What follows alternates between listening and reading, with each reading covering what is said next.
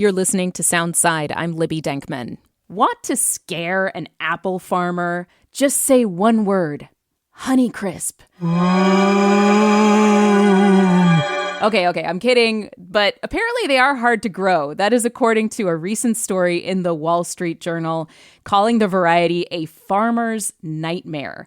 And that's tough because Honeycrisps are one of the most popular apples on the market. People can't seem to resist the sweet, crunchy flavor.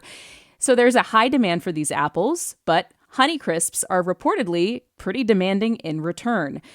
They are apparently thin-skinned, they bruise easily, and they are susceptible to disease.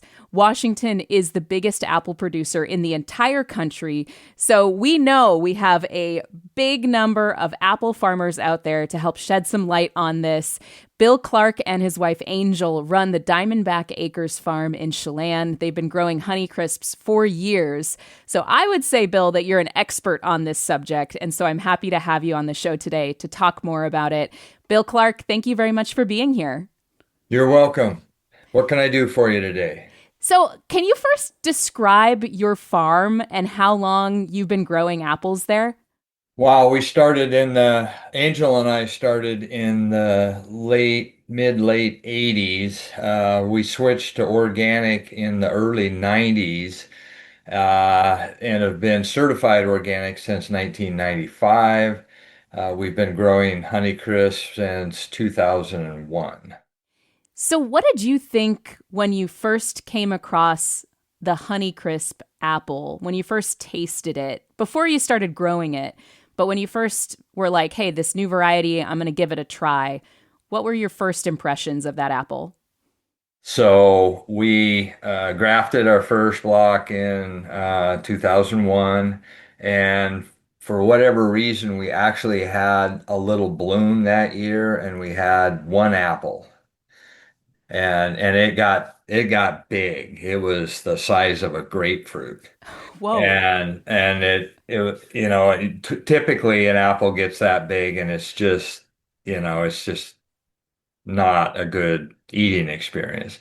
But anyway, I picked it, took it home. Angel and I cut it up, surprisingly uh, good inside.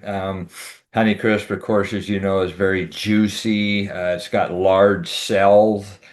So that's part of the reason why it's so juicy. It's certainly the reason why it grows so big. Anyway, we cut it up and we ate it. And on first bite, it was, wow, this is different.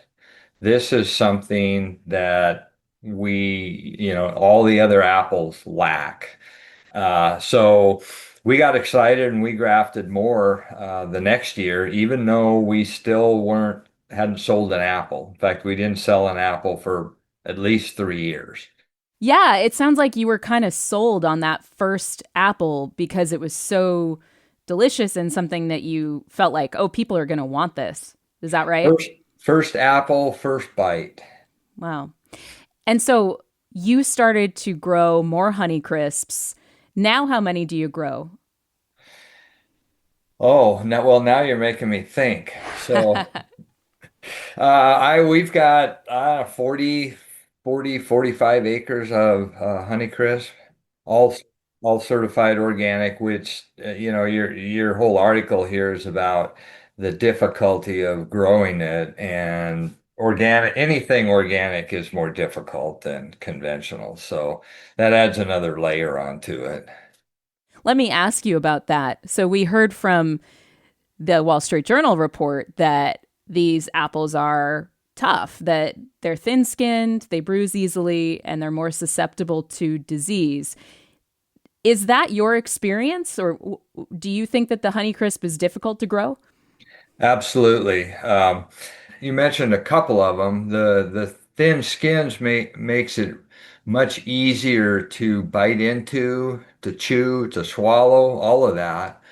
But it does make it susceptible to bruising, puncturing, virtually anything that's gonna impact the skin in a negative way.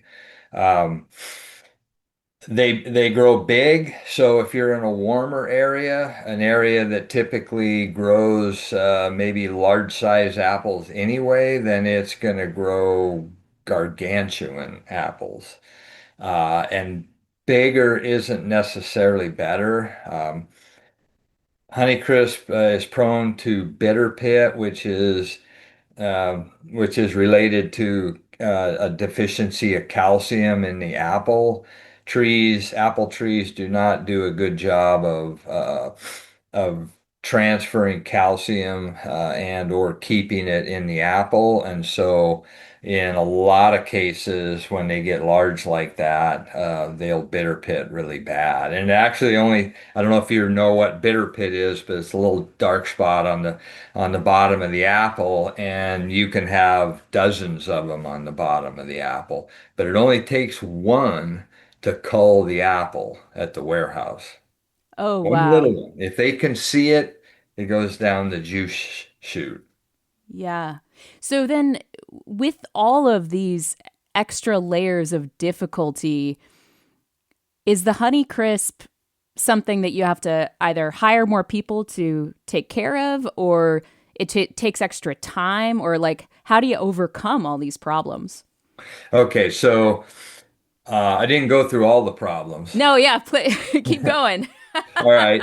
So bitter pit, as we mentioned, the skin, thin skin, bruising, but it's also very susceptible to mildew, and that's more of a tree problem than it is an apple problem. But if it gets bad enough in the tree, then it actually kills your new shoots. It works its way down a branch, and then that can affect production later on. Another problem with it is it alternate bears really bad. So it grows a big crop one year and then it likes to rest the next year. So one year you have too many apples. And a lot of trees have too many apples. I mean, it's typical to thin apples by hand anyway.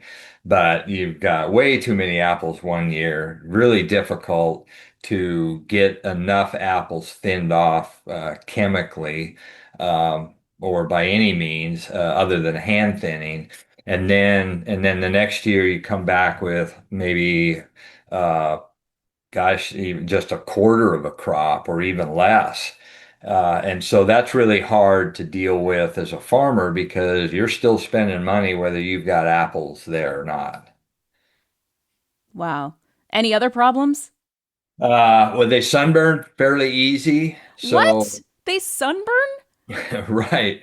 So too much sun on most apple varieties can cause well, the apple gets too warm and I wouldn't say it bakes, but it causes issues both externally and it can internally also. So being a thin skin and an apple that was bred in Minnesota, it doesn't like some of the areas of Washington State that get really hot.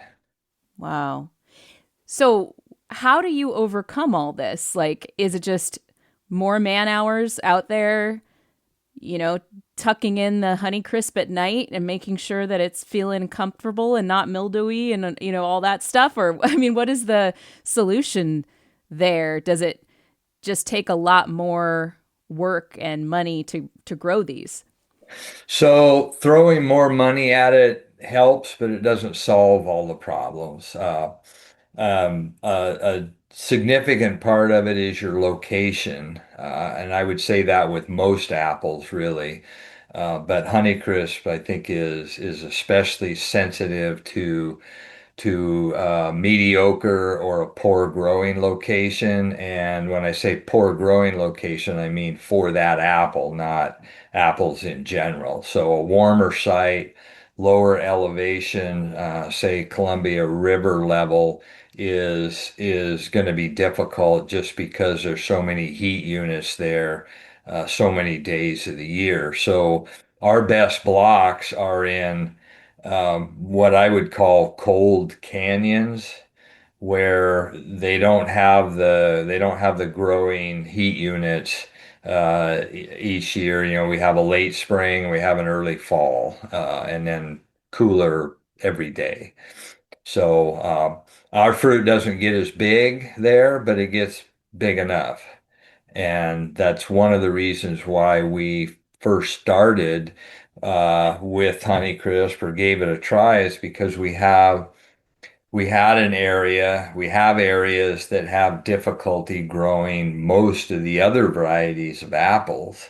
And so, uh, for the opposite reasons of Honeycrisp, we have a hard time getting enough size out of most varieties, or we don't have a long enough season to get a mature apple, like a Pink Lady or a Fuji, for instance, take a long summer, long growing season in order to mature. And Honeycrisp comes in about golden timing, and so it's a little shorter, and it works well for us.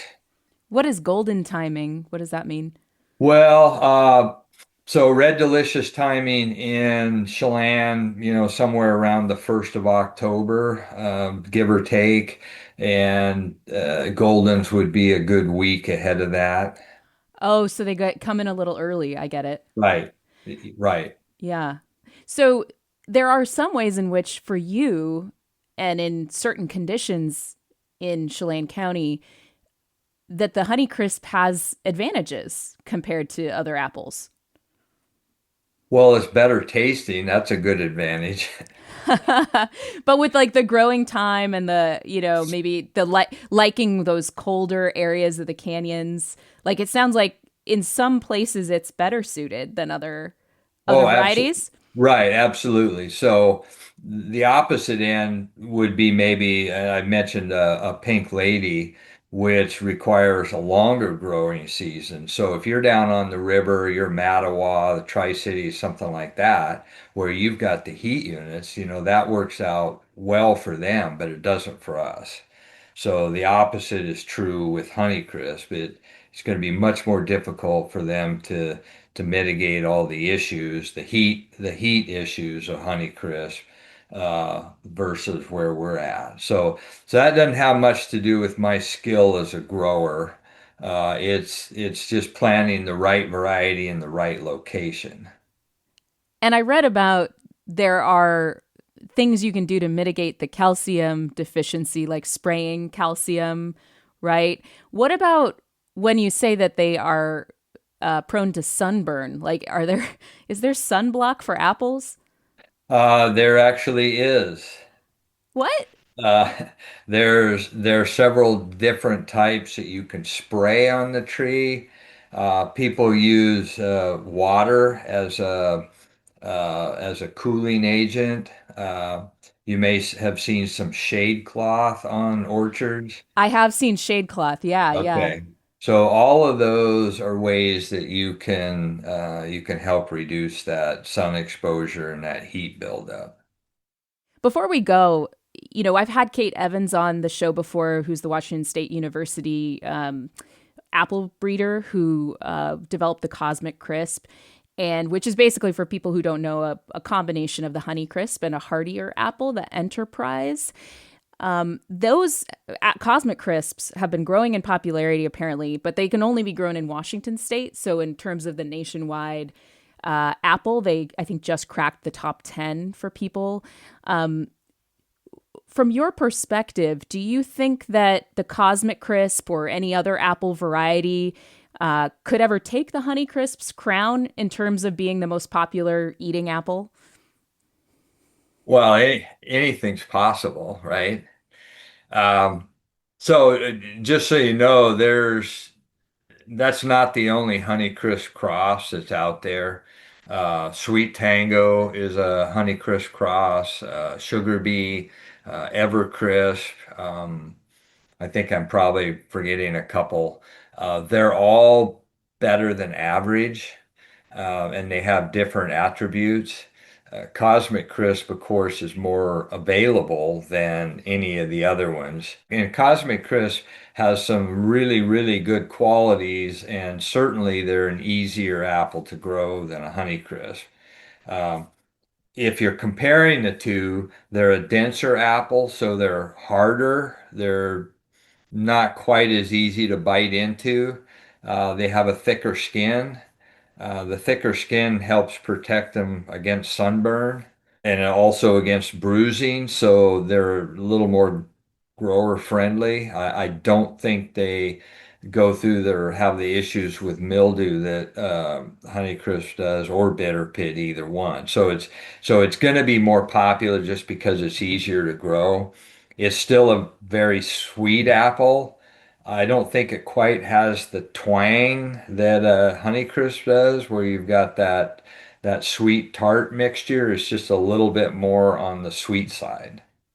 I would agree with that. As just a Apple fan, I'm no expert, but I would agree with that one. And for me, the Cosmic Crisp is like a slicing apple, whereas the Honey Crisp is like a bite it out of your hand kind of apple, just because of that skin difference, the Right. thickness of the skin. So really quick before we go, I guess my final question for you is for people who might see that Wall Street Journal article and think, oh my gosh, the Honey Crisp, is it really a farmer's nightmare?